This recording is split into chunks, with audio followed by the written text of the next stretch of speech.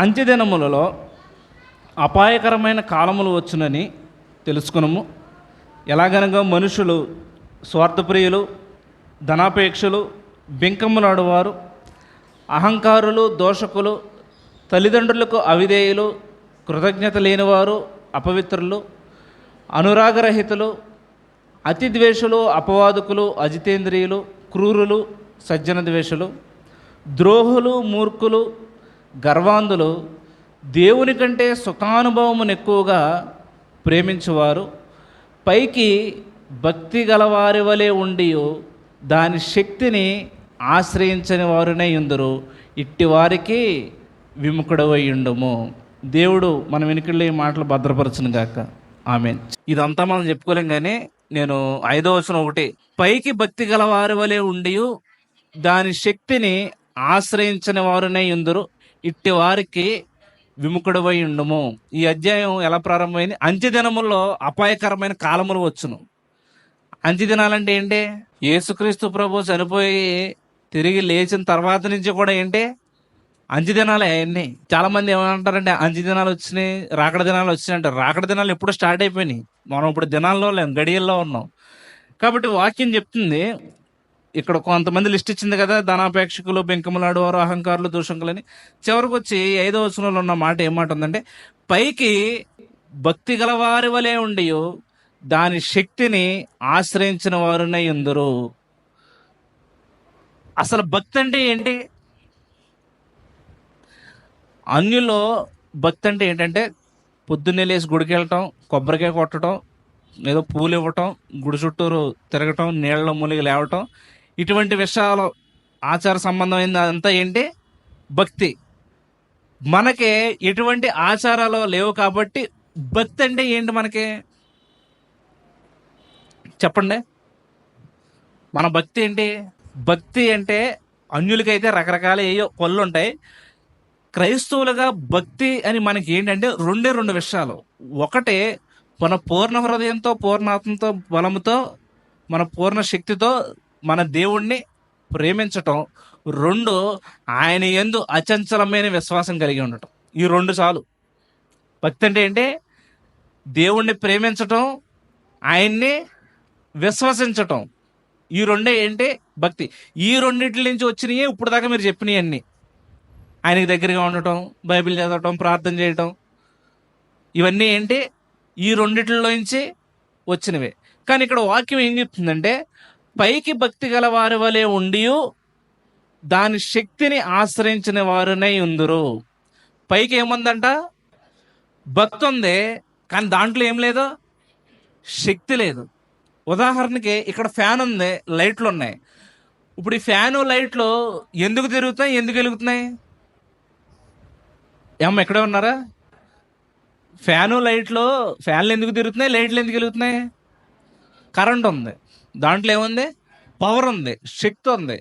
అలాగే మనం కూడా పైకి భక్తి ఉండి లోపల కరెంట్ లేకపోతే, అంటే ఆ పవర్ లేకపోతే, ఆ శక్తి లేకపోతే కనుక ఆ భక్తి వ్యర్థమైన భక్తి. అందులో ఏముండదు? శక్తి ఉండదు. అన్నీ జరుగుతాయి, అన్నీ చేస్తాం, ప్రార్థన ఉంటుంది, బైబిల్ చదవటం ఉంటుంది, ఉపవాసాలు ఉంటాయి, ఇవన్నీ ఉంటాయి. కానీ దానికి సంబంధించిన శక్తి ఉండదు. శక్తి లేని భక్తి ఏంటిది? శక్తి లేని భక్తి. ఇది నిష్ప్రయోజనమైన భక్తి. ఇది ఏం భక్తి? ఇది నిష్ప్రయోజనమైన భక్తి. ఇప్పుడు లైట్లు, ఫ్యాన్లు ఇవన్నీ ఉండి కరెంట్ లేకపోతే ఈ లైట్ల నుండి వేస్ట్, ఈ ఫ్యాన్ల నుండి వేస్ట్. ఎందుకు? తిరగవుగా, వెలగవు కదా. అలాగ మనం చేసే భక్తిలో శక్తి లేకపోతే మన భక్తి కూడా ఏంటి? వేస్ట్. ఈరోజు క్రైస్తవ సంఘం లోకాన్ని ప్రభావితం చేయట్లేదంటే దానికి కారణం ఏంటి? ఇదే. దానికి వ్యతిరేకంగా లోకమే సంఘాన్ని ఏం చేస్తుంది? ప్రభావితం చేస్తుంది. ఒక దైవజనుడు ఏం చెప్పాడంటే, ఆయన సంఘాన్ని వెతికాడంట ఎక్కడుందని, అది లోకంలో ఉందంట. లోకాన్ని వెతికాడంట, లోకం ఎక్కడుంది అంటే అది సంఘంలో ఉందంట. కాబట్టి ఇటువంటి సంఘం శక్తి లేని సంఘం. ఏం సంఘం అది? శక్తి లేని సంఘం. పౌలు గారు చెప్తే ఈ మాటలు రాస్తున్నాడు, అంత్య దినాల్లో ఇటువంటి కాలాలు వస్తాయి. అంత్య దినాల్లో ఆ కాలంలో ఏంటి? ఒక వర్గం గురించి ఏం చెప్తున్నాడు? పైకి ఎంతో భక్తి ఉంటది, కానీ లోపల ఏముండదు? శక్తి ఉండదు. ఇట్టి వారికి నువ్వేమైపో విముఖుడువై ఉండవు. విముఖుడువై ఉండవు అంటే ఏంటి? విముఖుడువై ఉండవు అంటే వాళ్ళకి ముఖం కూడా చూపించొద్దు. అక్కడే ఉంది కదా ముఖం అని, దానికి ముందేం పెట్టాడు? వి అని రాశాడు అంతే. విముఖుడువై ఉండంటే వాళ్ళకి ఏం చేయొద్దు, ముఖం కూడా చూపించొద్దు, వెళ్ళిపో. ఎందుకని? వాళ్ళ దగ్గర ఏం లేదు, శక్తి లేదు. బైబిల్లో యేసుక్రీస్తు ప్రభు ఉన్న కాలంలో కూడా కొంతమంది ఏం చేశారంటే ఎంతో భక్తి చేస్తున్నారు. మనకి దీనికి పర్ఫెక్ట్ ఎగ్జాంపుల్ ఎవరంటే పరిసయ్యులు. పరిసయ్యులు ఏంటి? మీకు యెషయా గ్రంథంలో ఒక మాట ఉంటే చూపిస్తాను చూడండి, 29:13. ప్రభువు ఇలాగూ సెలవిచ్చి ఉన్నాడు, ఈ ప్రజలు నోటి మాటతో నా యొద్దకు వచ్చుచున్నారు, పెదవులతో నన్ను గనపరుచున్నారు, కానీ తమ హృదయమును నాకు దూరం చేసుకొని ఉన్నారు. వారు నా ఎడల చూపు భయభక్తులు మానవుల విధులను బట్టి వారు నేర్చుకునేనవి. దేవుడు ఏం చెప్తున్నాడండి వారితోటి? ఈ ప్రజలు ఎలా ఉన్నారంట, ఎలా వస్తున్నారంట ఆయన దగ్గరికి? నోటి మాటలతో వస్తున్నారు, పెదవులతో ఏం చేస్తున్నారు? దేవుణ్ణి గనపరుస్తున్నారు. పెదవుల నుంచి వచ్చే పాటలు కానీ, పెదవుల నుంచి వచ్చే మాటలు కానీ అసలు ఆహా మామూలుగా లేవు. కొంతమంది అది కూడా చేయలేరులేండి. తమ హృదయమును నాకు దూరం చేసుకొని ఉన్నారు, వారు నా ఎడల చూపు భయభక్తులు ఎక్కడ నేర్చుకున్నారంట? మానవులు విధులను బట్టి నేర్చుకున్నారు. దైవము యొక్క నియమములు కాదయ్యి. ఏమి నియమాలు? మనుషులు నియమించిన నియమాలను బట్టి ఏం చేస్తున్నారు? భక్తి చేస్తున్నారు. కాబట్టి అది దైవభక్తిని మనం అందామా? అంటానికి లేదు. అది ఎవరో పుట్టించాడు ఒక ఆయన. ఆ పుట్టించిన ఆయన ఏమవుతుంది? అందరిలోనూ వ్యాపించింది. మనకు మార్క్స్ వార్తలో ఉంటుంది చూడండి ఈ మాట, 7వ అధ్యాయం మొదటి నుంచి. యెరూషలేము నుండి వచ్చిన పరిసయ్యులను శాస్త్రుల్లో కొందరును ఆయన యొద్దకు కూడి వచ్చి, ఆయన శిష్యులలో కొందరు అపవిత్రమైన చేతులతో అనగా కడుగని చేతులతో భోజనం చేయట చూచిరి. పరిసయ్యులను యూదులందరూ పెద్దల పారంపర్యాచారమును బట్టి చేతులు కడుక్కుంటేనే గాని భోజనము చేయరు, మరియు వారు సంత నుండి వచ్చినప్పుడు నీళ్లు చల్లుకుంటేనే గాని భోజనము చేయరు. ఇదియుగాక గిన్నెలను, కొండలను, ఎత్తడి పాత్రలను నీళ్లలో కడుగుట మొదలగు అనేక ఆచారములను వారు అనుసరించడు వారు. అప్పుడు పరిసయ్యులను శాస్త్రులను, నీ శిష్యులు ఎందుకు పెద్దల పారంపర్యాచారం చొప్పున నడుచుకొనక అపవిత్రమైన చేతులతో భోజనము చేయుదురని ఆయనను అడిగిరి. అప్పుడు ఆయన సమాధానం చెప్పాడు? యెషయా గ్రంథం 29వ అధ్యాయం 13లో ఉన్న వచనాన్ని ఏం చేశాడు? ఇక్కడ కోట్ చేశాడు. ఏమంటే మనం అందరూ అన్నం తినేటప్పుడు చేతులు కడుక్కుంటామా లేదా? చేతులు కడుక్కోకుండా భోజనం చేసేవాళ్ళు ఎవరు?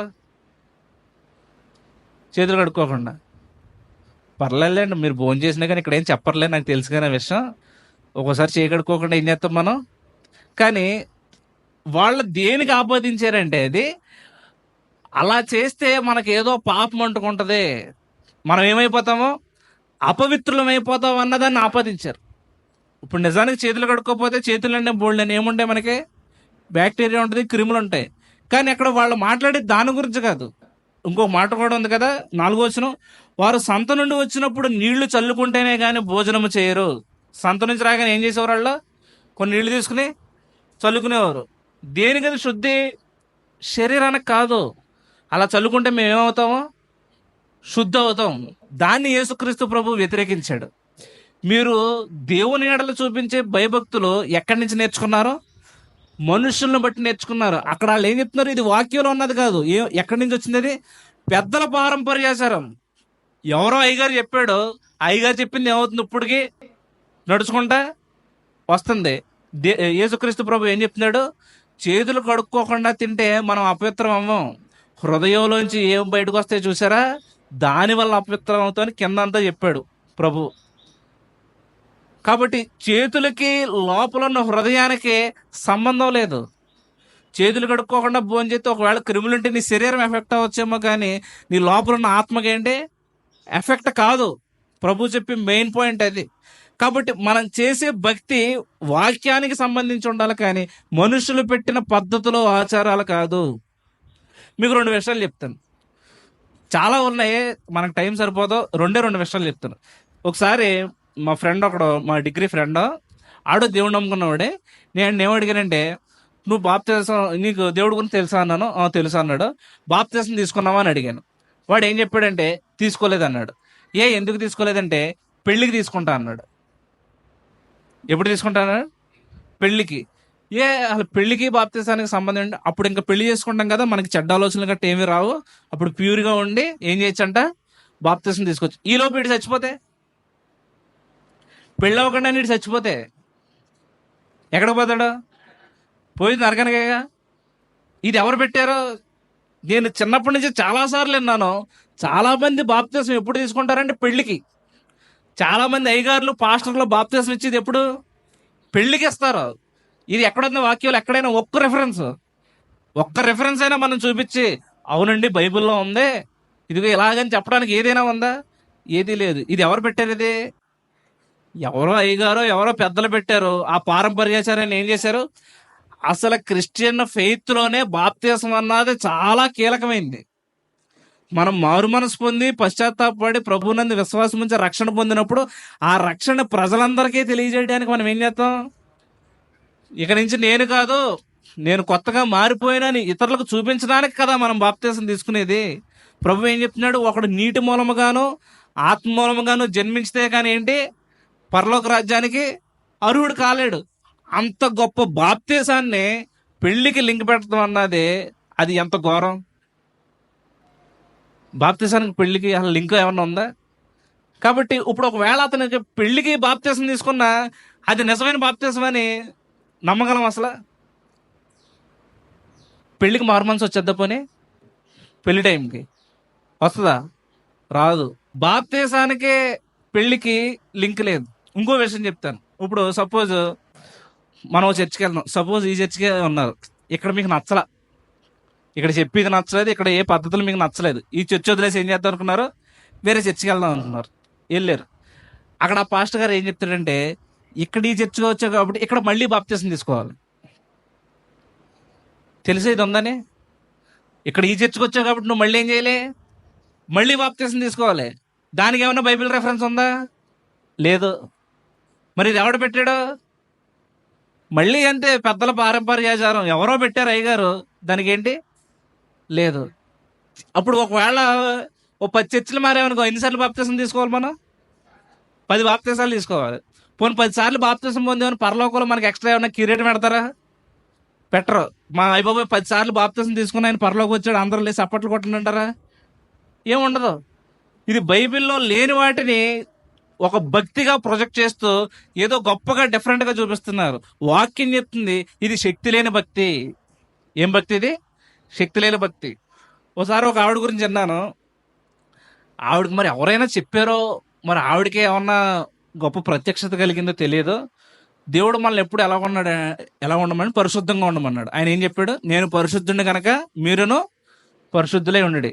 ఇప్పుడు ఆవిడ ఏం చేయడం మొదలు పెట్టిందంటే, మన శరీరం కూడా ఎలా ఉండాలి? పరిశుద్ధంగా ఉండాలని చెప్పి, ఇప్పుడు ఇక్కడి నుంచి అలా బయటికి వెళ్ళి కొంచెం గాలి తగలగానే స్నానం, ఎవరైనా వచ్చి ముట్టుకోగానే స్నానం, ఏదైనా బండి మించి ఇంటికి రాగానే స్నానం. అలా రోజుకి ఆవిడ 12-15 సార్లు స్నానం చేస్తుంది. రోజుకి ఎన్నిసార్లు? 12-15 సార్లు. ఇది తెలియని అన్యులు ఎవరైనా చూస్తే వీళ్ళకి ఏమెక్కింది అనుకుంటారు? ఇప్పుడు మన ఇంట్లోనే మన భార్య భర్త, మన ఇంట్లో ఎవరో ఒకళ్ళు రోజుకి 12 సార్లు స్నానం చేస్తే మనం ఏమంటాంలే? తిడతామా? ట్యాంకులో నీళ్ళన్నీ అయిపోతున్నాయి, సబ్బు అంతా అరిగిపోతుందని తిడతామా? అలాంటిది ఒక అన్యుడు చూసి ఎందుకు ఇలా చేస్తున్నారంటే, ఇదిగో మా దేవుడు ఇలా చెప్పాడంటే ఎక్కడ చెప్పాడు బైబిల్లో? ఇది మనుషులు ఎవరో విధించిన ఆచార సంబంధమైన భక్తి. ఇది ఎందుకు పనిచేయదు. దీంట్లో ఏముండదు, శక్తి ఉండదు. పైపెచ్చి ఎవడొకడు మనం తిట్టుకుపోవాలంతే. మళ్ళీ ఏం చేయాలి? తిట్టుకోవాలి అంతే కదా. దీనివల్ల ఏమన్నా ఉపయోగం ఉంటుందా? ఇంకో విషయం చెప్తాను, చివరి విషయం, తర్వాత నెక్స్ట్ పాయింట్లోకి వెళ్ళిపోదాం. ఇక్కడ ముందూరుపాడు ఉంది కదా. నా చిన్నప్పుడు నేను ఎంత ఉంటానంటే, అదిగో శ్రీశాంత్ గడు అంత ఉంటాను, లేకపోతే తమ్ముడు ఉన్నాడుగా అంత ఉంటాను. నేను మా ముచ్చ అంకుల్ గడు మా అమ్మమ్మ వాళ్ళ ఊరు తిరుగుతూ ఉండేవాళ్ళం. ముచ్చ అంకుల్ నేను సైకిల్ మీద, ఆటో మీద. ఓసారి నేను గమనించింది ఏంటంటే, ముందూరుపాడు రాగానే మా ముచ్చ అంకుల్ గడు అని ముద్దెట్టాడు. ఏం చేశాడు అని ఇలా ముద్దెట్టాడు. వీడు ఎవరన్నా అమ్మాయికి పెట్టేశాడా ఏంటి, ఇలా ముద్దెట్టాడు ఏంటి అనుకున్నాను నేను. వాడినే కదా కొంతమందిని చూశాను. ఎందుకు ముద్దెట్టారు? ఎవరికి పెట్టారు ముద్దు? దేవుడుగా? చర్చిగా? ఎక్కడుంది బైబిల్లో? దేవుడికి ఏం చేశారు? ఇలా ఫ్లయింగ్ కిస్ ఇచ్చారు. ఏ కిస్? Flying kiss. ఇది దీనికి బైబిల్కి సంబంధం లేదు. అంటే వీళ్ళు ఎవరినో చూసి నేర్చుకున్నారు, వాళ్ళెవరో ఇంకొకళ్ళు ఎవరినో చూసి నేర్చుకున్నారు.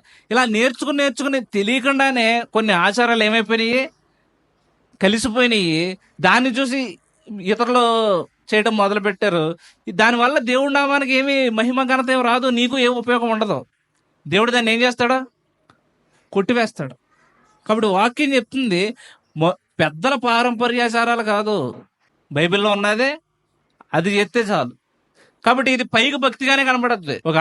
ఇప్పుడు ఒక ఆవిడ, ఆ సిస్టర్ గారు నేను రోజుకు 12 సార్లు స్నానం చేస్తున్నా అంటే మనం రోజు ఒకసారి కూడా చేయని వాళ్ళం ఏమంటాం? మా మీద ఇవిడ ఏంటి రోజు ఒకసారి కూడా చేయని వాళ్ళు అంటే నవ్వుతున్నారు కొంతమంది. చేయరా రోజు ఒకసారి కూడా? ఇప్పుడు మన మీద ఆవిడ గొప్పగానే కనిపిస్తుంది కదా. బైబిల్ తెలియనివాడికి ఎలా కనబడుతుంది ఆవిడే? ఓహో, మనం కూడా ఏం చేయాలి? కనీసం 12 సార్లు కాకపోయినా ఒక 6 సార్లు, లేకపోతే 7 సంపూర్ణం కదా 7 సార్లు చేద్దాం అనుకునే అటువంటి పుట్టుకు వస్తుందండి. మీరు నవ్వుతున్నారు కానీ అటువంటి ఏంటి చాలా మంది చేస్తున్నారు. కాబట్టి ఇది పైకి భక్తిగా కనబడచ్చు కానీ దీంట్లో ఏం లేదు, శక్తి లేదు. మరొక విషయం చూద్దాం, చూడండి. మత్తయి సువార్త 23:23. అయ్యో వేషధారులైన శాస్త్రులారా, పరిసయ్యులారా, మీరు పుదీనాలోను సోపులోను జీలకర్రలోను 10వ వంతు చెల్లించి ధర్మశాస్త్రములో ప్రధానమైన విషయములు అనగా న్యాయమును కనికరమును విశ్వాసమును విడిచిపెట్టితిరి. వాటిని మానక వీటిని చేయవలసి ఉండెను. అందులైన మార్గదర్శకులారా, దోమ లేకుండానట్లు ఒడేగట్టి ఒంటెను మృంగువారు మీరే.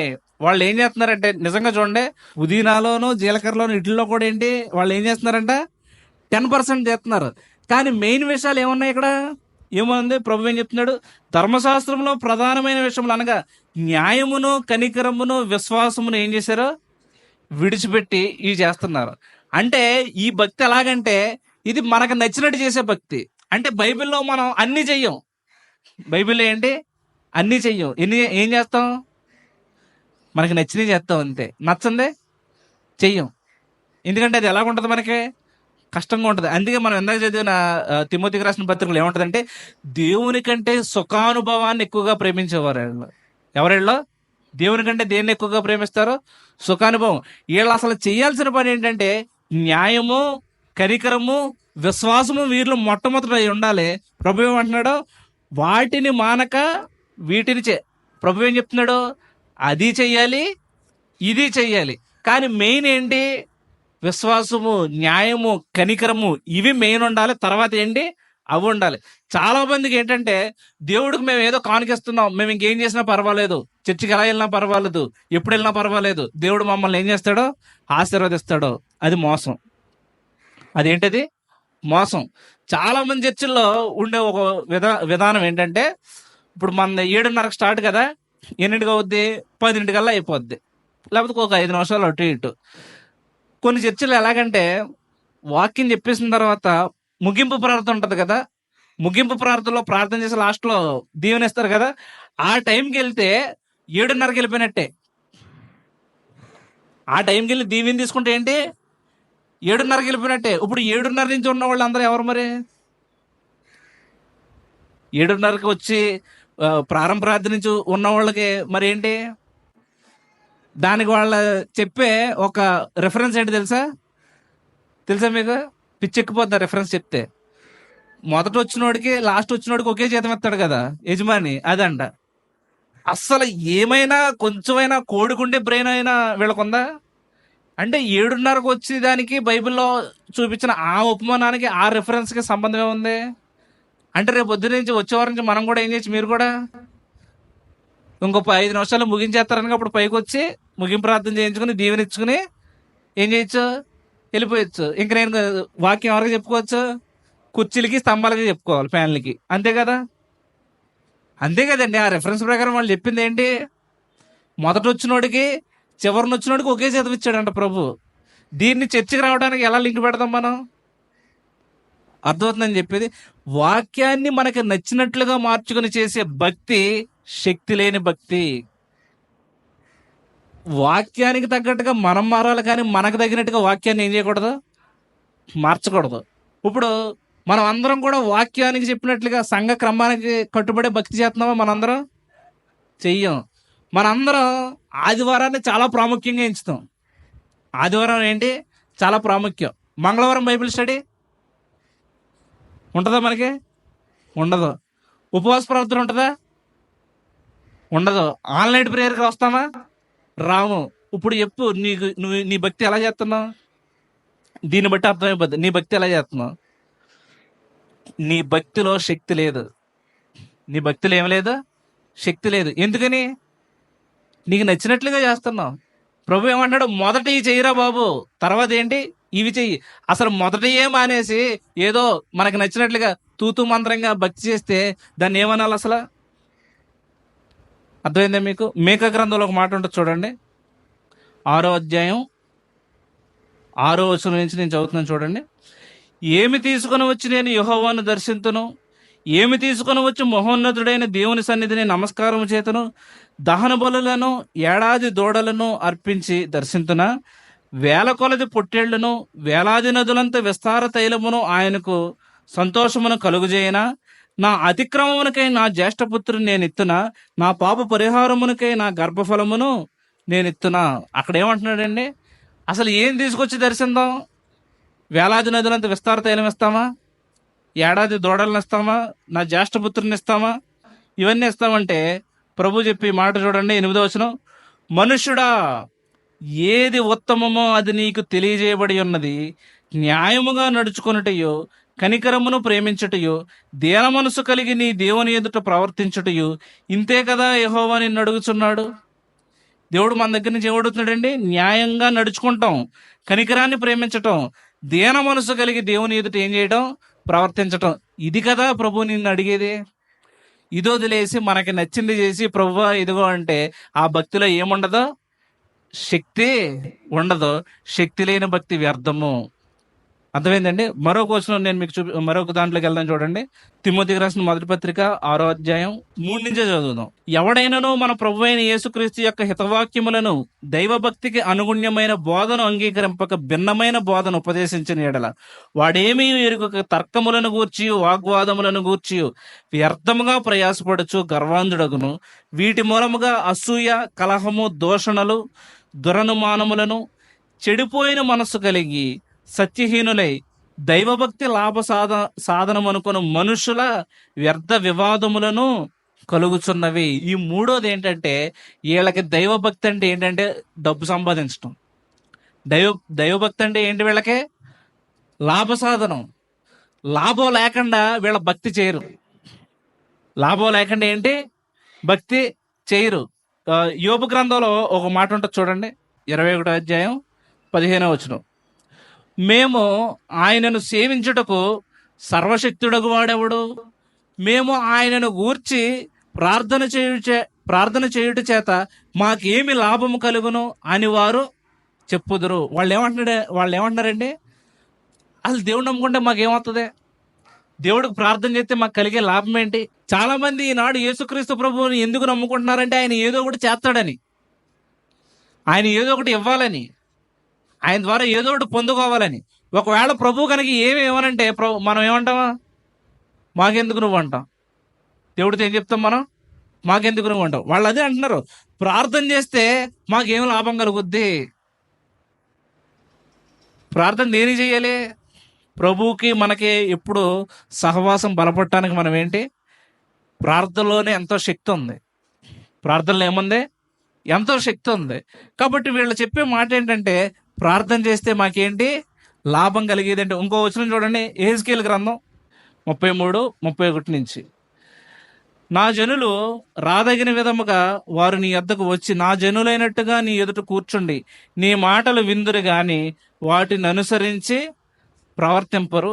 వారి నోటితో ఎంతో ప్రేమ కనపరుచుదురు గాని వారి హృదయము లాభమును అపేక్షించుచున్నది. ఏంటి? యెహెజ్కేలు ఏం చెప్తున్నాడు? రాదగిన విధముగా రారు, నీ యొద్దకు వస్తారు, నీ జనులైనట్టుగా కూర్చుంటారు, నువ్వు చెప్పింది వింటారు, కానీ వారి హృదయం ఏం అపేక్షిస్తుందంట? లాభాన్ని అపేక్షిస్తుంది. వారి నోటితో ఎంతో ప్రేమ కనపరుచుదురు, కానీ ఆ ప్రేమ ఎక్కడ లేదు? హృదయంలో లేదు. ఆ ప్రేమ ఎక్కడ లేదండి. కాబట్టి దైవభక్తి లాభ సాధనం అనుకునే చెడిపోయిన మనసు కలిగిన తరం ఉంది.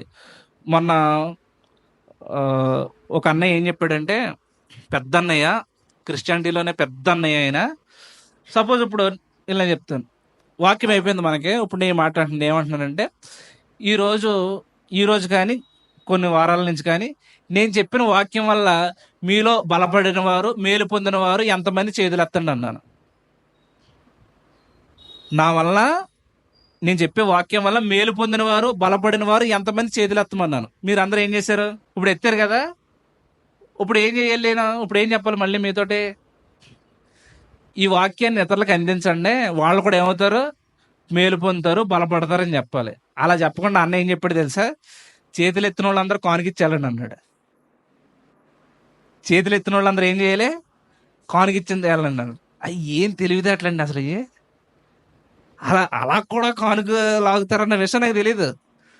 ఇప్పుడు నాలంటోడైతే ఏం చెప్తా, ఏంటి ఇదిగో రికార్డింగ్ చేస్తున్నావు, ఒకవేళ నేను చెప్పే వాక్యం వల్ల మీరు ఏమైనా బలపడితే, మేలు పొంది ఈ వాక్యాన్ని ఏం చేయండి, నలుగురు ఐదుగురికి షేర్ చేయండి అని చెప్తాం. కానీ అన్న ఏం చెప్పాడు? చేయెత్తిన వాళ్ళందరూ కానుకెట్టి వెళ్ళండి అన్నాడు. ఇప్పుడు దైవభక్తి ఏంటి ఆయనకి? లాభ సాధనం. వాళ్ళ టెక్నిక్లు అందరూ ఆయన దగ్గర నేర్చుకోవాలి, అంత మార్కెటింగ్ మేనేజర్ ఆయన. దైవభక్తి లాభ సాధనం అనుకునే దగ్గర ఏముంటదండి శక్తి? అది ఎంత పెద్ద సంఘమైనా, 1,00,000 మంది అది చర్చకెళ్ళినా అక్కడ ఏమన్నా శక్తి ఉంటుందా? ఉండదు. కాబట్టి దైవభక్తి లాభ సాధనం అనుకునే వాళ్ళ దగ్గర ఏముంటదండి? వాళ్ళకి ఎంత పెద్ద జనం ఉంటే ఏంటి, ఎంత పెద్ద చర్చ్ ఉంటే ఏంటి, యూట్యూబ్లో ఎంతమంది సబ్స్క్రైబర్లు ఉంటే ఏంటి, ఎన్ని వ్యూస్ ఉంటే ఏంటి, దాంట్లో ఏమైనా శక్తి ఉంటుందా? శక్తి ఉండదు. దైవభక్తి లాభ సాధనం అనుకునే వారి దగ్గర ఏముండదు? దేవుని శక్తి ఉండదు. మరొకరిని చూద్దాం, చూడండి మరొక మాట. లూకా వార్త 18:11 నుంచి. పరిసయ్యుడు నిలవబడి, దేవా, నేను చోరులను, అన్యాయస్తులను, వ్యభిచారులనైన ఇతర మనుషుల వలనైనను, ఈ సొంకరి వలనైనను ఉండనందుకు నీకు కృతజ్ఞతాస్తుతులు చెల్లించుతున్నాను. వారమునకు 2 మార్లు ఉపవాసము చేయొచ్చు, నా సంపాదన అంతటిలో 10వ వంతు చెల్లించుతున్నానని తనలో తాను ప్రార్థించుండెను. ఇది మీకు తెలుసు, యేసు ప్రభు చెప్పిన ఉపమానం ఏంటి? ఇద్దరు ఏం చేశారు? దేవాలయానికి ప్రార్థన చేయడానికి వెళ్ళారు. ఒకడు పరిసయుడు, ఒకడు సొంకరు. ఇప్పుడు మనం చదువుకున్నది ఎవరిదే? పరిసయుని యొక్క ప్రార్థన. ఆయన ఏం ప్రార్థన చేస్తున్నాడు? నేను దొంగని కాదు, అన్యాయస్తుని కాదు, వ్యభిచారిని కాదు, ఇంకేమని చెప్తున్నాడు? ఇతర మనుషుల వల్ల లేక, ఇదిగో నా పక్కన ప్రార్థన చేస్తున్నాడు కదా, ఈ సొంకర వల్ల ఎన్నో ఉండనందుకు నీకు ఏం చేస్తున్నాను? కృతజ్ఞతాస్తుతులు చెల్లిస్తున్నాను. ఇంకేం చెప్తున్నాడు ఆయన? వారమునకు 2 మార్లు ఉపవాసము చేయొచ్చు. వారానికి 2 సార్లు ఉపవాసం చేసేవాళ్ళు చేయొద్దండి. వారానికి 2 సార్లు. నెలకు ఒకసారి చేస్తాం ఎక్కువ, మళ్ళీ వారానికి 2 సార్లు అంటున్నారా? ఆయన ఏం చేస్తున్నాడంట? వారానికి 2 సార్లు ఉపవాసం చేస్తున్నాడు. ఇంకేం చేస్తున్నాడు? నా సంపాదన అంతటిలో, నేను ఎంత సంపాదించినా దాని అంతటిలో దేవునికి ఇవ్వాల్సిన భాగం ఏం చేస్తున్నాను? ఇచ్చేస్తున్నాను. ఏమిటి ఇవన్నీ ఎవరు చెప్తున్నాడు? అసలు ఈ మాటలు దేవునికి చెప్పడం అన్నది ఎంత బుద్ధిహీనత! దేవుడి దగ్గరికి ఒకడు వెళ్ళి, ప్రభువా నేను పాపిని కాదనటం ఎంత కామెడీ! అది కామెడీయే కాదా? దేవుడి దగ్గరికి వెళ్ళి మన భక్తిని ప్రదర్శించడం అన్నది ఎంత బుద్ధిహీనత! మనలో ఎవరైనా దేవుడి దగ్గరికి వెళ్ళి, ప్రభువా నేను ఎంతసేపు చేస్తాను, అంతసేపు చేస్తున్నానంటే, అది అసలు ప్రభు ఎలా చూస్తాడు? మన వెనక్కి చూసి నవ్వుతాడేమో ఆయన. మన వెనక్కి చూసి ఏం చేస్తాడో? నవ్వుతాడు. ఈయన ఎంతో భక్తి చేస్తున్నాడు, ఈయన నిజంగా ఆయన చెప్పినట్టు ఏ పాపం చేయట్లేదు, కానీ ఆయన భక్తిని బట్టి ఆయన అతిశేస్తున్నాడు. ఆయన భక్తిని బట్టి ఏం చేస్తున్నాడు? అతిశేస్తున్నాడు. అందుకే ప్రభు ఏమంటున్నాడు చూడండి. సుంకర ఏం చేస్తున్నాడంట? 13 వచ్చిన, అయితే సుంకర దూరముగా నిల్చుండి ఆకాశం వైపు కన్నులెత్తుడిగా ఎన్నో ధైర్యం చాలక రొమ్ము కొట్టుకొనొచ్చు, దేవా పాపినైన నన్ను కరుణించమని పలికెను. అతని కంటే ఇతడు నీతిమంతుడుగా తీర్చబడి తన ఇంటికి వెళ్ళినని మీతో చెప్పుచున్నాను. ఈ మాట చూడండి, మీరు అండర్లైన్ చేసుకోండి, అండర్లైన్ చేసుకోకపోతే. తన్ను తాను హెచ్చించుకున్నవాడు తగ్గింపబడుననియు, తన్ను తాను తగ్గించుకున్నవాడు హెచ్చింపబడుననియో చెప్పాను. యేసుక్రీస్తు ప్రభు చెప్పిన మాటలన్నీ గొప్ప మాటలే, అందులో ఒక గొప్ప మాట ఇది. ఏంటి? తన్ను తాను ఎవడైతే హెచ్చించుకుంటాడో వాడేమవుతాడు? తగ్గించబడతాడు. ఎవరైతే వాడు తగ్గించుకుంటాడో వాడేమవుతాడు? హెచ్చింపబడతాడు. ఇప్పుడు అతను ఏం చేసుకుంటాడంటే, తన భక్తిని బట్టి హెచ్చింపబడుతున్నాడు. నీ భక్తి నీలో గర్వాన్ని తీసుకొస్తే దాన్ని తీసుకెళ్లి డ్రైనేజీలో పోయాలి. నీ భక్తి ఏంటి? నీలో గర్వాన్ని పుట్టిస్తే ఆ భక్తిని తీసుకెళ్ళి ఏం చేయను? డ్రైనేజీలో పారిపోయి. నీ భక్తి నిన్ను ఇంకా దీనుడిగా చెయ్యాలి. నువ్వు చదివే బైబిల్, నువ్వు చేసే ప్రార్థన, నువ్వు చేసే ఉపవాసం, నువ్వు చేసే క్రియలన్నీ కూడా నిన్నేం చేయాలి? నిన్ను దీనుడిగా చేసేయాలి. అంతేగాని చర్చిలో ఎవరిని చూసి, ఆఖరికి ఇక్కడ కూర్చున్న ఆ చిన్న పిల్లని చూసి తన మీద హెచ్చించుకుంటే నీకు సాతానికి తేడా లేదు. సాతాను ఏమయ్యాడు? తన తాను చూసుకుని ఏం చేసుకున్నాడు? గర్వించాడు, వెంటనే పడిపోయాడు. గర్వం వల్ల నువ్వు వెంటనే పడిపోతావు.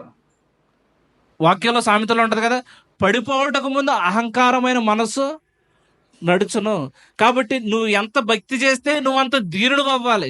నీ భక్తిని బట్టి నువ్వు హెచ్చించుకున్నావా, నువ్వు గర్విష్ఠుడు అయ్యావా, దేవుడే నీకు విరోధి. చాలాసార్లు ఏదో కొంచెం మనకు తెలియగానే మన బిల్డప్లు ఏంటంటే, మాకేదో తెలిసిపోయింది, మాకేదో అర్థమైపోయింది, బైబిల్లో 4 ముక్కలు మాకు వచ్చేసినాయి, మేము ఇతరుల కంటే గొప్ప అని అనుకున్నావా, నువ్వేమైనట్టు నీ భక్తి వ్యర్థమైపోయినట్టే, అందులో శక్తి ఉండదు. కానీ ఇక్కడ శంకర్కి ఆయనకి ఏమీ తెలియదు. కానీ ఆయన ఏం చేశాడు? దేవుని సన్నిధిలో ఆయన ఏం చేశాడు? తగ్గించుకున్నాడు. తను ఏం చేసుకున్నాడు? తగ్గించుకున్నాడు.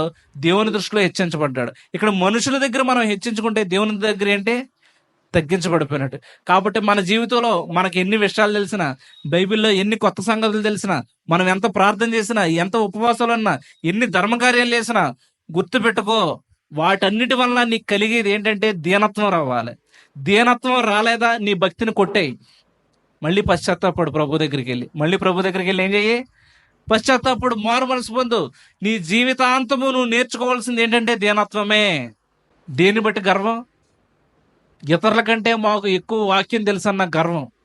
ఆ గర్వం నిన్ను ఏం చేస్తుంది? నాశనానికి నడిపించదు. గర్వం ఏం చేస్తుంది?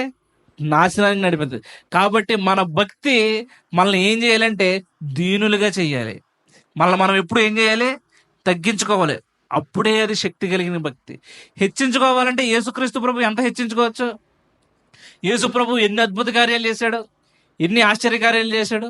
మన పేదరు గారు ఎన్ని చేశారు, పౌలు గారు ఎన్ని చేశారు. వాళ్ళు చేసిన కార్యాలను బట్టి వాళ్ళు ఎప్పుడైనా అతిశయపడ్డారా? పౌలు గారు ఒక చోట ఏమంటాడంటే, నేను అతిశయించుకుంటున్నట్లు ప్రభువు నా శరీరంలో ఏం చేశాడు? ఒక ముళ్ళు పెట్టాడు. ఎప్పుడైనా ఒకవేళ అతిశయిస్తానేమో, పౌలు గారు ఒక చోట అంటాడు కూడా, ఇతరులకు ప్రకటించి నేనే భ్రష్టునైపోతానేమో అని చెప్పి నా శరీరాన్ని నేను ఏం చేస్తున్నాను? నలగొట్టుకుంటున్నాను. అంటే అన్ని విషయాల్లో ఆయన ఏం చేస్తున్నాడు? ఆయన తగ్గించుకుంటున్నాడు. కాబట్టి మనల్ని మనం తగ్గించుకోలేని భక్తి, మనల్ని మనం హెచ్చించుకునే భక్తి దేవుడికి దూరం చేసి మనల్ని సాతానుగా మార్చేద్ది. కాబట్టి నీ హృదయంలో ఏమాత్రమైనా కొంచెం రాగానే వెంటనే నువ్వు మోకాళ్ళేయి, ప్రభు పాదాల దగ్గర పడిపో. నీ ముఖం దుమ్ములోనూ ధూళిలో పెట్టుకో. అంటే ధూళిలో పెట్టుకో అంటే రోడ్డు మీద పడి దొల్లేమని కదా దాని అర్థం. ఏం చెయ్యి? నువ్వు తగ్గించుకోకపోతే, హెచ్చించుకుంటే దేవునికి నువ్వేమైపోతావు? దూరం అయిపోతావు. అలా దూరం అయిపోయిన వాళ్ళు బోల్డ్ మంది ఉన్నారు. అలా దేవుడి నుంచి దూరం అయిపోయిన వాళ్ళు ఏంటి? బోల్డ్ మంది ఉన్నారు. మరో క్వశ్చన్ చూపిస్తాను చూడండి త్వరగా. హోషేయ గ్రంథం 6వ అధ్యాయం 4వ వచనం. ఎఫ్రాయిము, నిన్ను నేనేమి చేతును? యోధా, నిన్ను నేనేమి చేతును? తెల్లవారుగానే కనబడు మేఘము ఎగిరిపోనట్లు, ప్రాతకాలమున పడు మంచు ఆరిపోవునట్లు మీ భక్తి నిలవకపోవను. చాలండి. వీళ్ళ భక్తి ఎలాంటిదంటే ఎగిరిపోయేది, ఆరిపోయేది. ఏంటి? గట్టిగా గాలెత్తే ఏంటి? ఎగిరిపోద్ది. గట్టిగా ఎండకాస్తే ఆరిపోద్ది. ఇప్పుడు మీకు అన్యుల్లో ఏంటంటే కొన్ని పూజలు జరిగినప్పుడు, పెళ్ళిళ్ళు జరిగినప్పుడు పంతులు గారు ఏమంటారంటే కూర్చున్న వాళ్ళని మంత్రం అంతా పంతులు గారు చదివేసి చివరన ఉన్న వాళ్ళని ఒక మాట అనమంటారు. ఏం మాట అది? అందరూ అనండి. మమ అంటే ఏంటి? అంటే నేను కూడా చేశాను, దాంట్లో ఏముంది? నా హ్యాండ్ కూడా ఉంది. ఇది కూడా అలాంటిది, మమ అనిపించుకునే భక్తి. మనం భక్తిలో ఇందాక మీరు చెప్పారు కదా, భక్తి అంటే దేవుణ్ణి ప్రేమించటం, విశ్వాసం కలిగి ఉండటం. దానికి ఉండి రిఫ్లెక్షన్స్ ఏంటంటే ప్రార్థన చేయటం, బైబిల్ చదవటం, ఉపవాసం ఉండటం, సహవాసంలో ఉండటం, ఇంకా మిగిలిన క్రియలన్నీ.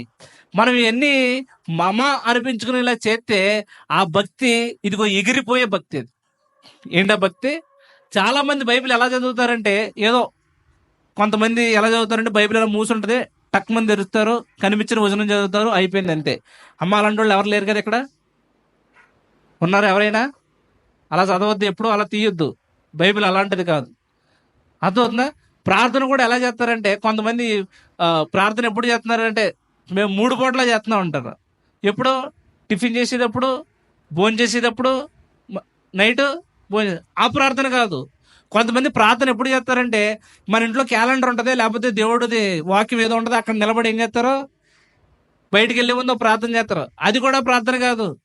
అదేం ప్రార్థన అంటే ఇప్పుడు నేను చెప్పింది మమ అనిపించుకునే ప్రార్థన అంతే. అది ఆ ప్రార్థనలో, ఆ బైబిల్ చదవటంలో, ఆ ఉపవాసాల్లో ఏముండదో, శక్తి ఉండదు. నిన్ను నువ్వేం చేసుకున్నట్టు మోసం చేసుకుంటున్నావు. నువ్వేమనుకుంటావు? బైబిల్ చదివావా? చదివాను. ప్రార్థన చేసావా? చేశాను. ఏది? ఇదా? గోడ దగ్గర నుంచి, ఎక్కడో కిటికీ దగ్గర నుంచి, ఎక్కడికో బయటికి వెళ్ళేటప్పుడు నుంచి, ప్రభు వెళ్ళేటప్పుడు కాపాడు, వచ్చేటప్పుడు కాపాడు, దేవదూతలను తోడించు, ఇదా ప్రార్థన? లేకపోతే నోటుకు వచ్చింది ఏదో ఇలా తీసి, కొంతమంది క్యాలెండర్లో వాక్యం చదివి గనులు ఉన్నారు తెలుసా మీకు? క్యాలెండర్లో డేట్ దగ్గర వాక్యాలు ఉంటాయి, అక్కడికి వెళ్ళి ఆ వాక్యం చదువుతారు. దేవుని కృపను బట్టి కొంతమంది క్యాలెండర్లో వాక్యాలు తీసేశారు. అటువంటి వారందరికీ వందనాలు. మిగిలిన వాళ్ళు కూడా తీసేస్తాం, మంచిది. అది ఎంతో మందిని ఏం చేసినట్టే పాడు చేసినాయి. ఎందుకని? ఆడి క్యాలెండర్ దగ్గరికి వెళ్తాడు, నుంచుంటాడు, ఆ క్యాలెండర్లో చిన్న వాక్యం ఉంటుంది, ఆ వాక్యం మన బయట గోడల మీద కూడా ఉంటుంది. అది చదివేసుకుని వాక్యం చదివేశారంటే ఆ మమ అనిపించుకునే భక్తి ఏంటి? అది ఎందుకు పనికిరాదు. అది దాంట్లో ఏముండదు, శక్తి ఉండదు. ఈనాడు ఎంతో మంది క్రైస్తవులు అలాగ ఉన్నారో, శక్తి లేని భక్తి చేస్తున్నారో, వారి వల్ల దేవునికి కానీ, సంఘానికి కానీ, లోకానికి కానీ, కుటుంబానికి కానీ, సమాజానికి కానీ ఎవరికీ ఉపయోగం లేదు. ఎవరికి ఉపయోగం లేదు. మనం ఎవరిని ఎఫెక్ట్ చేయలేకపోతున్నాం భక్తితోటి. మన భక్తి ఏం చేయాలి? ఎఫెక్ట్ చేయడం అంటే ఏదో బాధపరచడం, నెగిటివ్గా తీసుకోవద్దు. ఇతరుల మీద ప్రభావితం చూపించాలి మన భక్తి, మన జీవితం. అలా చూపించట్లేదంటే వేస్ట్.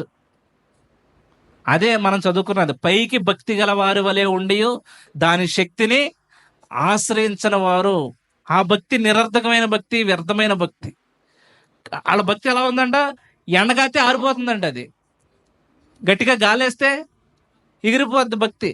కొంతమంది చర్చిలో ఉన్నప్పుడు, మిగిలినప్పుడు ఎంతో భక్తిగా ఉంటారు. కానీ ఏదైనా శ్రమ రాగానే, ఏదైనా కష్టం రాగానే, ఏదైనా ఇబ్బంది రాగానే ఏమైపోద్ది వాళ్ళ భక్తి? యోబు గ్రంథంలో ఒక మాట ఉంటుంది, నీ భక్తి నీకు ధైర్యము పుట్టింపదా. మన భక్తి మనల్ని ఏం చేయాలి? ధైర్యాన్ని ఇవ్వాలి. ఎందుకంటే మనల్ని సేవించేది ఎవరిని? నిజమైన దేవుణ్ణి. చివరి మాట, ఇంకొక మాట చూద్దాం చూడండి. యాకోబు రాసిన పత్రిక 1వ అధ్యాయం 26వ వచనం. ఎవడైనను నోటికి కళ్ళెము పెట్టుకొనక తన హృదయమును మోసపరుచుకొనుచు భక్తి గలవాడనని అనుకుని ఎడల వాని భక్తి వ్యర్థమే. ఇది మీరు అండర్లైన్ చేసుకోకపోతే అర్జెంటుగా అండర్లైన్ చేసుకోండి. ఏమని చెప్తున్న వాక్యం? ఎవడైనను నోటికి ఏం పెట్టుకోవాలంట? కళ్ళెం. కళ్ళెం దేనికి పెడతారు చెప్పండి? గుర్రానికి పెడతారు. ఎందుకని? ఎటు పడితే అటు దాన్ని ఏం చేయొచ్చు? తెప్పొచ్చు. దాని గురించి మనకి 3వ అధ్యాయంలో కూడా ఉంటుంది, మీరు ఇంటికి వెళ్ళిన తర్వాత చదువుకోండి కావాలితే. ఎవడైనను తన నోటికి కళ్ళెము పెట్టుకొనక ఏమనంది? తన హృదయమును మోసపరుచుకొనుచు భక్తి గలవాడనని అనుకుని ఎడల వాని భక్తి ఏంటి? వ్యర్థమే. నువ్వు ఎంత బైబిల్ చదువు, ఎంత ప్రార్థన చెయ్యి, ఎన్ని చెయ్యి, నీ నోటికి కనుక అడ్డు అదుపు లేకపోతే నీ భక్తి వ్యర్థం. నీ నోటికి ఏం చేయాలి? నువ్వు కళ్ళెం పెట్టుకోవాలి. కొంతమంది నాకు తెలుసు, కొంతమంది నేను చూస్తాను, వాళ్ళ నోటికి ఏమాత్రం అడ్డు అదుపు ఉండదు, వాగుతూనే ఉంటారు. వాగుడికాయలు వీళ్ళు. ఎవరిళ్ళ? వాగుడికాయలు. వాక్యం చెప్తుంది నోటి మీద వేలేసుకో. చిన్నప్పుడు స్కూల్లో టీచర్ ఏం నేర్పుతారు? ఫింగర్ ఆన్ యువర్ లిప్స్ అంటే ఏంటి? నోటి మీద వేసుకుని సైలెంట్గా ఉండాలి. కొంతమంది హిందూ సహోదరులు కూడా ఏం చేస్తూ ఉంటారంటే మౌనవ్రతం చేస్తూ ఉంటారు. నేను అదే అనుకుంటాను, మన లేడీస్ కూడా అప్పుడప్పుడు మీరు ఏం చేయండి, రోజంతా కాకపోయినా 1 గంట అయినా మౌనవ్రతం చేయండి. ఎక్కువ మాట్లాడితే గమ్మున చచ్చిపోతారంట. గమ్మున చచ్చిపోవద్దు, అది నేను చెప్పేది. మాట్లాడి వాగి ఏమవద్దు, చచ్చిపోవద్దు. కొంతమంది వాగుతూనే ఉంటారు. ఏమంటే ఇప్పుడు మనం రెఫరెన్స్ చదివాం కదా ఇది. ఎవడైనా నోటికి కళ్ళెం పెట్టుకొనక తన హృదయాన్ని మోసపరుచుకుంటే వాని భక్తి అంటే వ్యర్థం అన్నావు. ఇప్పుడు నీ నోటి మీద నీకు అదుపు ఉందో లేదో ఎలా తెలుస్తుంటే 1 గంట నువ్వు మాట్లాడకుండా మౌనంగా ఉండు. ఈరోజు ఉంటారా? పోనీ ఆదివారం చాలా కష్టపోని రేపు ఉంటారా? 1 గంటే, పొద్దున్న సాయంత్రం 1 గంట ఎవరితోనూ మాట్లాడకుండా మౌనంగా ఉండు. అసలు నీ మీద, నీ నాలుక మీద నీకు ఎంత ఆధిపత్యం ఉందో మనకు తెలుస్తుంది. కొంతమందికి నేను చాలాసార్లు ఎవరితోనైనా మాట్లాడినప్పుడు వాళ్ళు వెళ్ళిపోయిన తర్వాత కానీ నేను వచ్చేసిన తర్వాత కానీ నేను ఆలోచించుకుంటాను, నేను వాళ్ళ దగ్గర ఉండి ఏం మాట్లాడాను, నేను దాంట్లో ఏమైనా వ్యర్థమైన మాటలు మాట్లాడానా. ఎందుకంటే వాక్యం చెప్తుంది, మనుషులు పలుకు వ్యర్థమైన ప్రతి మాటకే తీర్పుదనాన్ని మనం ఏం చేయాలి, లెక్క చెప్పాలి. నీ వాగుడే నిన్ను ఎక్కడికి తీసుకెళ్ళిపోద్ది, నరకానికి తీసుకెళ్ళిపోద్ది. పోనీ ఆ మాటల్లో ఏమన్నా మంచి మాటలు ఉంటాయా? మొన్న ఆదివారం వాక్యం ఏం చెప్పారని డిస్కషన్ ఏమన్నా ఉంటుందా? పోనీ ఈరోజు బైబిల్ నేను ఇది చదివాను, దేవుడు నాకు ఈ వాక్యం తెలియజేశాడు, ఇందులో ఈ మాట ఉందని ఏమన్నా ఉంటుందా? ఉండదు. ఆ పక్కింటి వాళ్ళదేంటి, ఆ వెనకింటి వాళ్ళదేంటి, ఆ ముందింటి వాళ్ళదేంటి, ఆరింట్లో ఇది జరిగింది, ఈ మాటలే ఉంటాయి తప్పితే ఈ మాటలన్నీ కూడా నిన్ను నరకానికి తీసుకెళ్ళిపోతాయి. ఈ మాటలన్నీ ఏంటి, నరకానికి తీసుకెళ్ళిపోతాయి. మా పిన్ని నన్ను ఎక్కువ ఏమంటుందంటే, నాకు పెట్టిన పేరేంటంటే బుద్ధ విగ్రహం. మా పిన్ని నన్ను ఎక్కువ ఏమంటది, బుద్ధ విగ్రహం అంటది. ఎందుకని? బుద్ధుడు ఎలా ఉంటాడు హుస్సేన్ సాగర్లో, కదలడో మెదలడో, ఓ చెయ్యి ఇలా పెట్టుకుని అలాగే ఉంటాడు. నాకు ఆ పేరు పెట్టింది దేవుడు. అది నిజంగా కాంప్లిమెంట్ కింద తీసుకుంటాను నేను, విమర్శగా తీసుకున్నాను. అదేంటి నాకు కాంప్లిమెంట్. ఎందుకంటే దేవుడు నన్ను బట్టి సంతోషిస్తాడు, దేవుడు నన్ను బట్టి ఏం చేస్తాడు, సంతోషిస్తాడు. ఎందుకని? వాగను కదా. ఇప్పుడంటే సేవకు వచ్చిన తర్వాత ఇలా వాగాల్సి వస్తుంది, మాట్లాడాల్సి వస్తుంది. ఇంతకుముందు ఇంత వాగుడు కూడా ఉండేది కదా నాలో. కాబట్టి ఎక్కువ మాట్లాడలేని వాళ్ళని బట్టి దేవుడు సంతోషిస్తాడు. మీకు వాక్యం ఉంది కదా, ఒకడు మూఢుడైనను మౌనంగా ఉంటే వాడిని ఏమనుకుంటారు, జ్ఞాని. ఆడు మూఢుడే, ఆడు జ్ఞాని కాదు, మూఢుడే. కానీ ఆడు మౌనంగా ఉంటే వాడిని ఏమనుకుంటారంట, జ్ఞాని అనుకుంటారంట. మీరు ఈ రోజు నుంచి ప్రాక్టీస్ చేయండి. ఏంటి? నోటికి ఏం చేయండి, కళ్ళెం పెట్టుకోండి, అవసరమైన మాటలే మాట్లాడండి.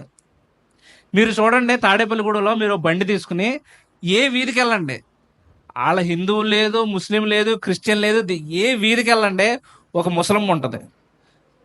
ఆ ముసలమ్మ ఏం చేస్తే ఒక్కొక్క ఇంటి దగ్గర ఒక ముగ్గురు నలుగురిని పెట్టుకుని అరుగుల మీద, వాళ్ళ ఇంటి దగ్గర ఆ గోడ దగ్గర నిలబడి ఏదోటి, ఏ వీధిలోకి వెళ్ళి మీరు మాట్లాడుకుంటూనే ఉంటారు.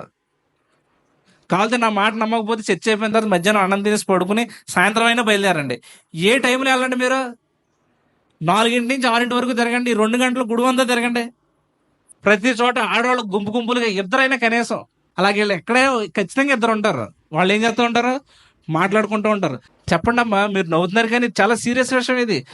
నోటికి కళ్ళెం పట్టుకోనకుండా నీ హృదయాన్ని మోసపరుచుకుంటే కనుక మీ భక్తి ఏంటి, వ్యర్థమైన భక్తి. ఇప్పుడు ఒక కొండ ఉంది, దాని నిండా నీళ్లు ఉన్నాయి, దానికి ఒక చిల్లు పెట్టినా నీళ్ళన్నీ పోతాయి, 100 చిల్లు పెట్టినా ఏం పోతాయి, నీళ్ళన్నీ పోతాయి.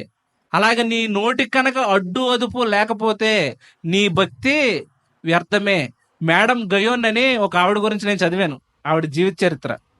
ఆవిడ ఒకళ్ళ ఇంటికి వెళ్ళింది, చాలా గొప్ప ఆవిడ పరిశుద్ధురాలు. ఆవిడ ఒకళ్ళ ఇంటికి వెళ్ళి కూర్చుంది, అక్కడ ఇంకొక ఆవిడ ఉంది. మేడం గయోన్ మౌనంగా ఉంది, అవతల పక్కన ఆవిడ వాగుతానే ఉంది, వాగుతుంది, ఏదో చెప్తుంది, అది చెప్తుంది, ఇది చెప్తుంది, వాగుతానే ఉంది. మేడం గయోన్ దానికి సమాధానం చెప్పకుండా మౌనంగా ఉంది. కాసేపటికి ఆ వాగినావిడ హృదయంలో ఒక పశ్చాత్తాపం వచ్చింది ఆవిడని చూసి. మేడం గయోన్ ఏం బోధించలేదు, ఏం చేసింది, మౌనంగానే కూర్చుంది. ఆవిడ మౌనాన్ని బట్టి ఆవిడ మారు మనసు పొందింది. ఆవిడ మౌనాన్ని బట్టి ఏమైంది, ఈవిడే మారు మనసు పొందింది. ఎందుకంటే ఆమెలో ఆ దైవికమైన కళ ఈవిడ చూసింది. ఏ కళ ఉంది ఆవిడలో? బంగారం పెట్టుకుంటే వచ్చే కళ కాదు, మంచి చీర కట్టుకుంటే వచ్చే కళ కాదు. ఏ కళ? దైవికమైన కళ, దైవభక్తి ఈమెలో చూసి ఆమె ఏం మాట్లాడాల. మేడం గయోన్ అలా కూర్చుని సైలెంట్గా ఉందంటే ఈ మారు మనసు పొందింది. ఒక పరిశుద్ధుని యొక్క మౌనం కూడా ఇతరులు మార్చగలదు. ఒక పరిశుద్ధురాలి మౌనం కూడా ఇతరులు ఏం చేయగలదు, క్రీస్తునొద్దకు నడిపించగలదు. వాక్యంలో ఉంది కదా, దేవా సియోనులో మౌనముగా ఉండట నీకు స్తుతి చెల్లించుటే. కాబట్టి మౌనం నేర్చుకుందాం. అలాగే ఎక్కడ మాట్లాడాలో అక్కడ మాట్లాడటం కూడా నేర్చుకుందాం. మనం ఏం చేస్తాం తెలుసా, మాట్లాడాల్సిన చోట మాట్లాడడం, మౌనంగా ఉండాల్సిన చోట మౌనంగా ఉండం. అదే దెబ్బ. మనకి ఎవరితో ఎలా మాట్లాడాలో కూడా తెలుస్తావదు. మనకేంటి, పెద్దవాళ్ళతో ఎలా మాట్లాడాలో, చిన్నవాళ్ళతో ఎలా మాట్లాడాలో కూడా మనకేంటి తెలియదు. అది కూడా తెలియకపోతే ఇంకా క్రైస్తవులు అని చెప్పుకుంటే మన భక్తి వ్యర్థం కాకపోతే ఇంకేంటి. వాక్యం ఏం చెప్తుంది, నీ నోటికి కళ్ళెం లేక నువ్వు వాగుతూ ఉంటే కనుక నీ భక్తి ఏంటి, వ్యర్థమే. మరి ఏ భక్తి మనకు కావాలంటే నేను 3 వచనాలు రెఫరెన్స్లు చూపిస్తాను చూడండి ఒకసారి. తిమోతికి రాసిన 2వ పత్రిక 3:12. క్రీస్తు యేసునందు సద్భక్తితో బ్రతుకును ఉద్దేశించిన వారందరూ హింస పొందుదురు. ఏ భక్తి అండి ఇది? సద్భక్తి. నువ్వు ఎప్పుడైతే నిజమైన భక్తితో జీవిస్తావో నీకు ఖచ్చితంగా హింస ఉంటుంది. ఎక్కడుంటుంది ఫస్ట్? నీ కుటుంబంలో ఉంటుంది, నీ స్నేహితుల దగ్గర ఉంటుంది, నీ బంధువుల దగ్గర ఉంటుంది, ఇరుగు పొరుగు వారి దగ్గర ఉంటుంది. ఎప్పుడు? నువ్వు సద్భక్తితో నిజమైన భక్తి చేస్తున్నప్పుడు ఖచ్చితంగా నువ్వేం పొందుతావు? హింస పొందుతావు. వాక్యంలో ఉన్న మాట ఇది, నేను చెప్పిన మాట కాదు. రెండో మాట చూద్దాం చూడండి. మొదటి తిమోతికి రాసిన పత్రిక 6వ అధ్యాయం 6వ వచనం. సంతుష్టి సహితమైన భక్తి, దైవభక్తి గొప్ప లాభ సాధనమై అన్నది. దేవుడి మీద ఎటువంటి సణుగులు ఫిర్యాదులు లేకుండా దేవుడు మనకి ఏదైతే ఇచ్చాడో దాని పట్ల తృప్తి కలిగి ఉండి దేవుణ్ణి స్తుతిస్తూ ఉండే భక్తి నిజమైన సంతుష్టి సహితమైన దైవభక్తి. మొదటిది ఏంటి? సద్భక్తి. రెండు, సంతుష్టి సహితమైన దైవభక్తి. ఇది నేను జస్ట్ అవుట్లైన్ కింద చెప్తున్నాను, మీరు ఇంటికి వెళ్ళి దీని గురించి ధ్యానించండి. మూడో విషయం చూడండి ఒకసారి. యాకోబు రాసిన పత్రికే 1వ అధ్యాయం 27వ వచనం. తండ్రి అయిన దేవుని ఎదుట పవిత్రమును నిష్కళంకమునైన భక్తి ఏదనగా దిక్కులేని పిల్లలను విధవరాండ్రను వారి ఇబ్బందిలో పరామర్శించుటయు ఇహలోక మాలిన్యము తనకంటకుండా తన్ను తాను కాపాడుకొనుటే. దేవుని ఎదుట నిజమైన భక్తి ఏంటంటే అండి, నిష్కలంకమైన భక్తి ఏంటి? దిక్కులేని పిల్లలను విధవరాండ్రను వారి ఇబ్బందిలో పరామర్శించడం, అది మొట్టమొదటి విషయం. రెండోది ఏంటి? ఇహలోక మాలిన్యము తనకంటకుండా తన్ను తాను ఏం చేసుకుంటాం? కాపాడుకుంటాం. ఇప్పుడు ఎన్ని చెప్పాం మనం? 3 చెప్పాం. మొదటిది ఏంటి?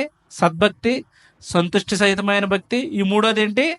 నిష్కళంకమైన భక్తి. గుర్తుపెట్టుకుంటారు ఈ మూడు అండర్లైన్ చేసుకుంటే చాలా చాలా ఇంపార్టెంట్. ఇవి చివరికి ఒక్క మాట చూపిస్తాను, ఇది మన క్లోజింగ్ పాయింట్. ఇది కొరింథీయులకు రాసిన మొదటి పత్రిక 4వ అధ్యాయం 20వ వచనం. తీసుకున్నారా? దేవుని రాజ్యము మాటలతో కాదు శక్తితోనే ఉన్నది. చాలు, గుర్తుపెట్టుకోండి. దేవుని రాజ్యం ఏంటి? మాటలతో కాదు. ఎలా ఉంది? శక్తితోనే ఉంది. వాక్యం చెప్తుంది, పైకి భక్తి ఉండి శక్తిని ఆశ్రయించకపోతే అది వ్యర్థము. వాక్యం చెప్తుంది దేవుని రాజ్యం ఎలా లేదు? మాటలతో లేదు, శక్తితోనే ఉంది. శక్తి లేని భక్తి మనం చేస్తే ఆ భక్తి దేవుడు కొట్టివేస్తాడో, అది ఇతరులకు కూడా ఏంటి ఉపయోగం ఉండదు. తిమోతితో చెప్తున్నాడు, తిమోతి ఇటువంటి వారందరికీ నువ్వేం చెయ్యి? ముఖం చూపించకుండా తప్పించుకుని వెళ్ళిపో. ఇటువంటి వారి దగ్గర నుంచి నువ్వేం చెయ్యి? వెళ్ళిపో, దూరంగా పారిపో. ఎందుకంటే ఒక చోట దావీదు ఇలాగంటాడు, భక్తిహీనుల క్రియలు నాకంటనీయను. భక్తిహీనులతో సహవాసం చేసి ఏం చేయొద్దు? వారి క్రియలను నువ్వు అంటించుకోవద్దు. వైరస్ లాంటివి అయ్యి, ఆ వైరస్ నువ్వు అంటించుకోవద్దు. కాబట్టి వాక్యం చెప్పింది దేవుని రాజ్యం మాటల్లో లేదు, శక్తితోనే ఉంది. కాబట్టి మనం చేసే భక్తి శక్తి కలిగిన భక్తి చేద్దాం. అర్థమైందా? మనం మాట్లాడిన ఇతరులు, ఇందాక చెప్పాను కదా, మేడం గయ్యను మౌనంగా ఉంటేనే ఒక ఆవిడ మారింది. ఆవిడ మౌనం ఏం చేసింది? ఒక ఆవిడ్ని మార్చింది. అలాగే పౌలు కూడా ఒక చోట అంటాడు, కేవలం మేము సువార్త చెప్పినా ఏం చెప్పినది మాటలతో చెప్పలేదు, తీయని మాటలు ఉపయోగించలేదు, పరిశుద్ధాత్మయు శక్తియు వీటినే, ఈ దృష్టాంతాలనే మేము ఏం చేసాము? చూపించాం. కాబట్టి మనకు భక్తి కనుక శక్తి లేకపోతే అది వ్యర్థమే. పైకి భక్తి ఉంటే అది వేషధారణ భక్తి. అందరికీ కనబడే భక్తి ఏంటి? వేషధారణ భక్తి. దానివల్ల ఎవరికి ఉపయోగం? ఎవరికి ఉపయోగం లేదు. వాక్యం చెప్తుంది శక్తి కలిగిన భక్తి చేద్దాం.